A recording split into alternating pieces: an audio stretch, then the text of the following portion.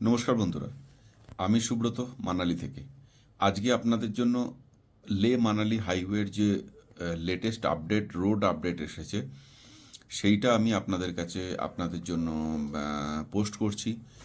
কিছুক্ষণ আগে পাওয়া খবর অনুযায়ী কালকে হচ্ছে 2 জুন 2024। তো কালকে যেটা হবে সেটা হচ্ছে দারচা থেকে সরচুর দিকে গাড়ি অ্যালাউ করা হবে। সকাল 7টা থেকে দুপুর 12টা পর্যন্ত গাড়ি যেতে পারবে। তার মানে যেটা দাঁড়াচ্ছে সেটা হলো কালকে 2 জুন 2024, কালকে মানালি থেকে লে গাড়ি যাবে। 3 তারিখে নেক্সট ডে 3 জুন লে থেকে মানালি গাড়ি আসবে। তো কুঞ্জুম পাসের এখনো পর্যন্ত কোনো খবর নেই। লাস্ট পাওয়া খবর অনুযায়ী কুঞ্জুম পাস অনলি 4x4 গাড়ির জন্য খোলা আছে এবং বাইকের জন্য খোলা আছে, এবং এটা বোথ ওয়েতেই খোলা আছে। এখানে কোনো ওয়ান ডের কোনো অপশান নেই।